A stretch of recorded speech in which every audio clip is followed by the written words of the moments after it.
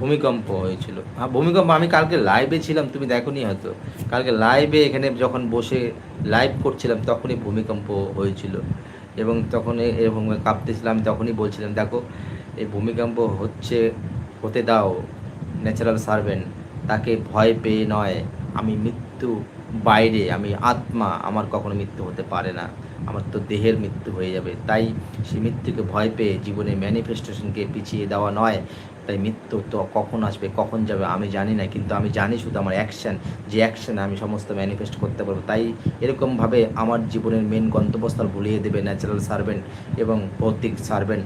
তো সেই আমার যে চাওয়া পাওয়া, সেই চাওয়া পাওয়ার মধ্যে এরকম সমস্যা অনেক ধরনের আসবে। ভূমিকম্প, আমার তো প্রত্যেক দিন ভূমিকম্প হচ্ছে দেহের ভিতরে, প্রত্যেক দিন ভূমিকম্পের মধ্যে ট্রাভেল করছি, জীবনটাকে নিয়ে প্রত্যেক দিন একটা কম্পনের মধ্যে রয়েছি, যন্ত্রণার মধ্যে রয়েছি প্রত্যেক